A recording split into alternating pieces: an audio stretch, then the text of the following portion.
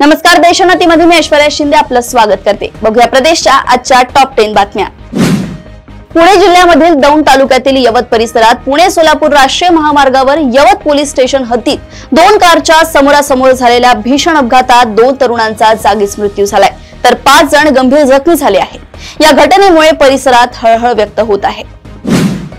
राज्यामध्ये सर्वदूर पावसाने हाहाकार माजवलाय। याचा फटका बीड जिल्ह्याला देखील मोठ्या प्रमाणात बसलाय। बीड जिल्ह्यामध्ये 17 महसूल मंडळांमध्ये अतिवृष्टीची नोंद झाली असून 3000 हेक्टर क्षेत्र बाधित झालंय। यामध्ये सोयाबीनसह कपाशी पिकाचे मोठे नुकसान झाले असून शेतकरी आर्थिक संकटात सापडलाय। जिल्ह्यात 11 तालुक्यांमध्ये अधिक पाऊस झाला असून अतिवृष्टी झाल्याची नोंद झाली आहे। यामुळे शेतांमध्ये पाणी साचलं असून पिके देखील पाण्याखाली गेली आहेत। याचा परिणाम आता उत्पादनावर होणार आहे। हिंगोलीतून धक्कादायक बातमी समोर आली आहे। बापानं पोटच्या लेकीची हत्या केली, नंतर स्वतःला संपवलं आहे। या घटनेची माहिती पोलिसांना मिळताच त्यांनी तपासाची चक्र फिरवली। या दोन्ही मृत्यूंबाबत अनेक तर्कवितर्क लावण्यात येत होते, मात्र आता या मृत्यूचं गूढ उकललंय। पोलिसांच्या तपासात धक्कादायक माहिती समोर आली आहे की लेकीनं लग्नासाठी नात्यातील मुलाला नकार दिला होता। याच गोष्टीचा राग वडिलांच्या मनात होता आणि याच कारणावरून दोघांमध्ये भांडण झालं होतं। पुण्याजवळच्या प्रसिद्ध सिंहगड किल्ल्यावर एक दुर्दैवी घटना घडली आहे। हैदराबादहून आलेल्या एक पर्यटक तानाजी कड्यावरून पाय घसरून खोल दरीत कोसळल्याची धक्कादायक घटना समोर आली आहे। गौतम गायकवाड असे या तरुणाचं नाव असून तो मूळचा साताऱ्याच्या फलटण येथील आहे।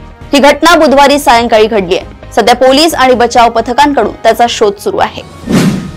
गेल्या वर्षी सुरू करण्यात आलेली मुख्यमंत्री माझी लाडकी बहीण योजना ही सध्या अनेक कारणांमुळे चर्चेत आहे।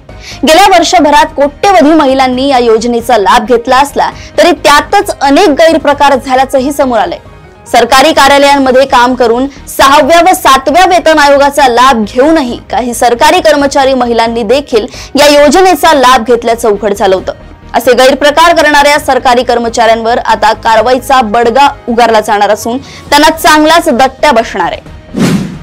पुणे जिल्ह्यातील ऐतिहासिक वेल्हे तालुक्याचं नाव राजगड असं करण्याचा प्रस्ताव 13 मार्च 2024 रोजी महाराष्ट्र सरकारनं केंद्र सरकारकडे पाठवला होता। त्याला आता मंजुरी मिळाली असून केंद्रीय गृह मंत्रालयानं त्यावर मोहर उमटवली आहे। आता राज्याच्या महसूल आणि नगर विकास विभागाकडून नामांतराची कार्यवाही पूर्ण झाल्यानंतर प्रत्येक फलकावर वेल्हे ऐवजी राजगड तालुका असं नाव झळकणार आहे। राज्याचे उपमुख्यमंत्री अजित पवार आज वर्धा जिल्ह्याच्या दौऱ्यावर आहेत। ते जिल्हाधिकारी कार्यालयात नियोजित बैठकीला निर्धारित वेळेच्या किमान अर्धा तास आधीच दाखल झाल्याने अधिकाऱ्यांसह कार्यकर्त्यांची धावपळ झाल्याचं बघायला मिळालं। यावेळी स्वागतासाठी हारतुरे घेऊन आलेल्या काही कार्यकर्त्यांनी पॉलिथिनच्या कॅरी बॅग्स रस्त्यावर फेकल्यानं अजित पवार चांगलेच संतापलेले होते। यावेळी अजित पवार यांनी कार्यकर्त्यांना लाजा वाटत नाहीत का अशा शब्दात छापलंय। मागील काही दिवसांपासून जिल्हाभरात होणाऱ्या मुसळधार पावसामुळे आणि पर्लकोटा नदीला आलेल्या पुरामुळे कालपासून भामरागडसह एकूण 112 गावांचा गडचिरोलीशी संपर्क तुटलाय। पोस्टे भामरागड अंतर्गत येणाऱ्या सीमा बांबोळे, मौजा, आरेवाडा येथे प्राथमिक आरोग्य केंद्रात आरोग्य सेविका आहेत।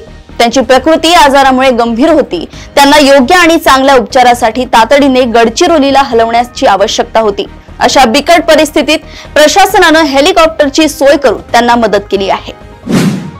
राज्यातील गणेशोत्सव आंतरराष्ट्रीय पातळीवर न्यायचा आहे। त्यासाठी या उत्सवाला राज्य महोत्सवाचा दर्जा देण्यात आलाय।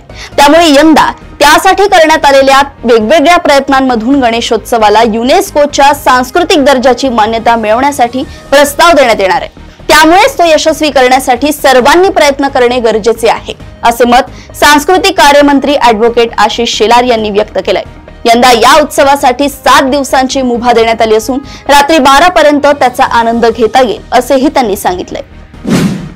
सीएसडीएसचे प्रमुख संजय कुमार यांच्या विरोधात नागपूरसह नाशिकमध्ये गुन्हा दाखल करण्यात आलाय। महाराष्ट्रातील मतदार याद्यात मोठा घोळ असल्याचा आरोप त्यांनी केला होता।